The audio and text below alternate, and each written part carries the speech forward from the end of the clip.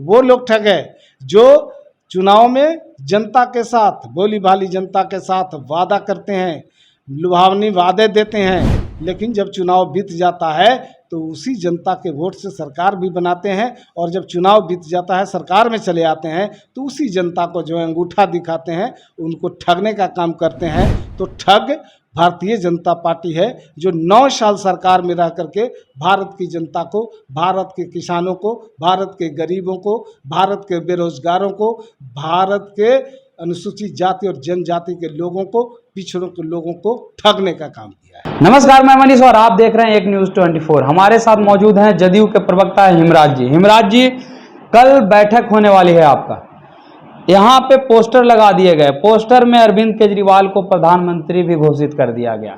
क्या बैठक सफल हो पाएगा? लगता है आप पोस्टर ठीक से नहीं देख पाए हैं, कहीं कोई प्रधानमंत्री का जिक्र नहीं होगा किसी पोस्टर में। सबसे बड़ी बात यह है कि भारत के भिन्न भिन्न राज्यों से भिन्न भिन्न पार्टियों के नेता जो विपक्षी एकता मुहिम के साथ जुड़ रहे हैं, जिन्हें आमंत्रित किया गया है, वो सारे लोग उपस्थित हो रहे हैं। और ये स्वाभाविक है कि जो भी नेता हैं उनकी जो पार्टी है बिहार के अंदर, उन पार्टी के कार्यकर्ताओं का पूरा फल ही जाएगा। क्या आप लोग ठग ऑफ इंडिया हैं?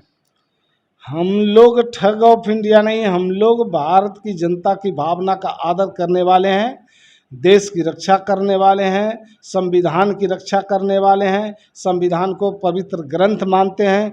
जो वो लोग हैं ठग जो अंदर भारत के संविधान को लेकर के शपथ लेते हैं, संविधान की शपथ लेते हैं। कोई भी पद पर जब वो जाते हैं तो संविधान का शपथ लेते हैं कि हम इन संविधान के नियमों का पालन करेंगे, संविधान के नियमों का उल्लंघन नहीं करेंगे।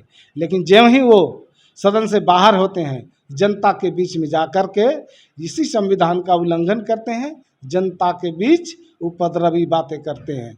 वो लोग ठग है जो चुनाव में जनता के साथ, भोली भाली जनता के साथ वादा करते हैं, लुभावनी वादे देते हैं, लेकिन जब चुनाव बीत जाता है तो उसी जनता के वोट से सरकार भी बनाते हैं, और जब चुनाव बीत जाता है सरकार में चले आते हैं तो उसी जनता को जो है अंगूठा दिखाते हैं, उनको ठगने का काम करते हैं। तो ठग भारतीय जनता पार्टी है जो 9 साल सरकार में रह करके भारत की जनता को, भारत के किसानों को, भारत के गरीबों को, भारत के बेरोजगारों को, भारत के अनुसूचित जाति और जनजाति के लोगों को, पिछड़ों के लोगों को ठगने का काम किया है। आप बोल रहे हैं कि संविधान को कुचलने का काम बीजेपी करती है, लेकिन कहीं ना कहीं लोकनायक जयप्रकाश के नीतियों को आप लोग कुचले, क्योंकि 1975 में जिनके खिलाफ आंदोलन आप लोगों ने किया था, जिनके आंदोलन की उपज है आपकी पार्टी, उन्हीं के साथ आप जाकर मिल रहे हैं। तो कहीं ना कहीं आप लोग तो लोकनायक जयप्रकाश की नीतियों को समाप्त कर दिए।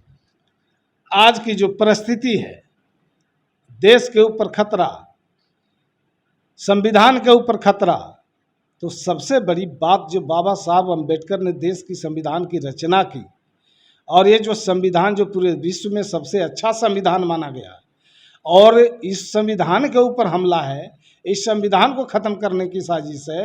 बेरोजगारों को देश में ठगा गया है, अनुसूचित जाति जनजाति और पिछड़े वर्ग के लोगों को ठगा गया है, किसानों को ठगा गया है, और महिलाओं को जो है बेआबरू किया गया है।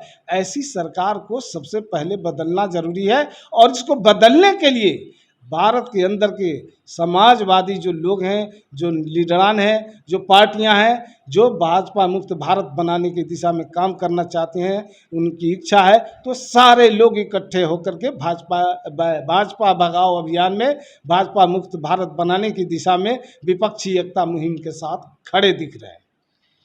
ये थे हमारे साथ जदयू के प्रवक्ता हिमराज जी, जिन्होंने सीधे तौर पे कहा कि कांग्रेस जो है उनकी नीतियों पे नहीं चल रहे हैं। आज वर्तमान समय में जो परिस्थिति है उसके अनुसार हम लोग को चलना है, क्योंकि भाजपा जो है लगातार गरीबों को, जो मजलूम है उनको दबाने का प्रयास कर रही है, और बिहार में विकास नहीं हो रहा है, देश में विकास नहीं हो रहा है। इसीलिए हम लोग 2024 में महागठबंधन के साथ मिलकर सरकार बनाने की कवायद में लगे हुए हैं। इस तरह के तमाम अपडेट के लिए देखते रहें एक न्यूज़ 24। कैमरामैन जैकी के साथ मैं मनीष, पटना।